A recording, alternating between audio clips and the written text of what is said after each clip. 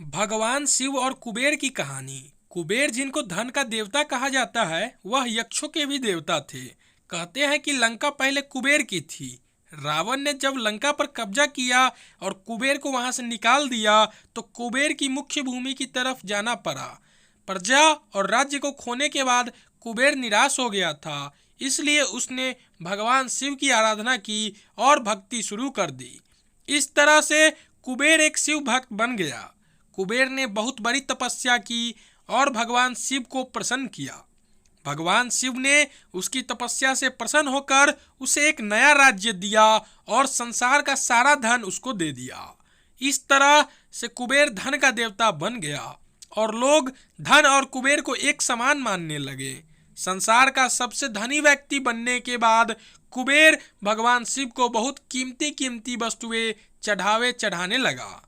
धीरे धीरे उसे लगने लगा कि वह शिव का इतना महान भक्त है और वह इतनी सारी बहुमूल्य वस्तुएं भगवान शिव को चढ़ाता है। लेकिन सत्य तो यह था कि भगवान शिव ने कभी भी उसकी चढ़ाई विभूति के अलावा किसी और वस्तुओं को छुआ तक नहीं था। कुबेर जो यह मानने लगा था कि वह अब भगवान के लिए कुछ भी कर सकता है और उन्हें जो चाहिए वह दिलवा सकता है।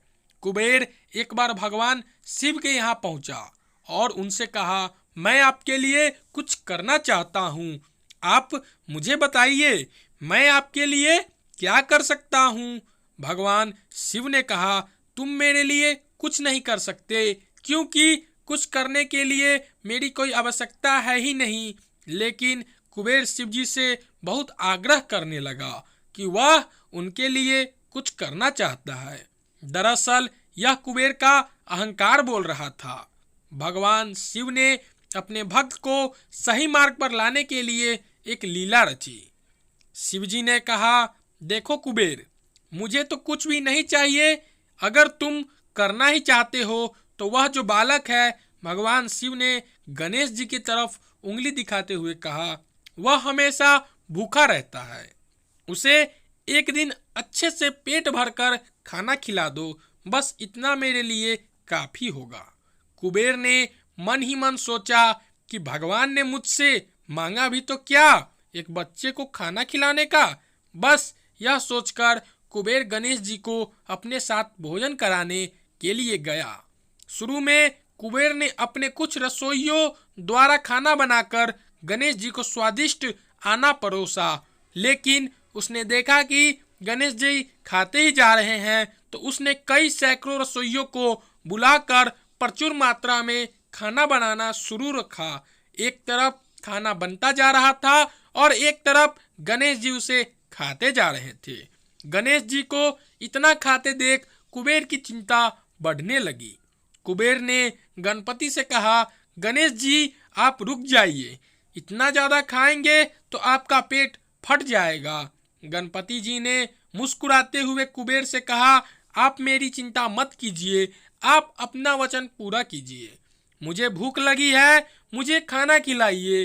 कुबेर का अहंकार खत्म करने के लिए गणेश जी ने इतना खाना खाया कि कुबेर का सारा खजाना खत्म हो गया। यहाँ तक कि कुबेर को दूसरे लोगों से भी खाना मंगवाना पड़ा। कुबेर को इस बात का ज्ञान हो गया कि उसके विचार के छोटेपन की वजह से उसने अपने आप को भगवान शिव का महान भक्त समझ लिया था, जबकि सच बात तो यह थी कि भगवान ने जो कुछ उसे दिया उसी का थोड़ा हिस्सा वो भगवान को दे रहा था, जबकि इस संसार का सारा धन भगवान के लिए एक तिनके भर से ज्यादा नहीं है। उसने भगवान शिव के पास जाकर अपनी गलती की माफी मांगी और उस दिन से उसकी जीवन की दशा बदल गई।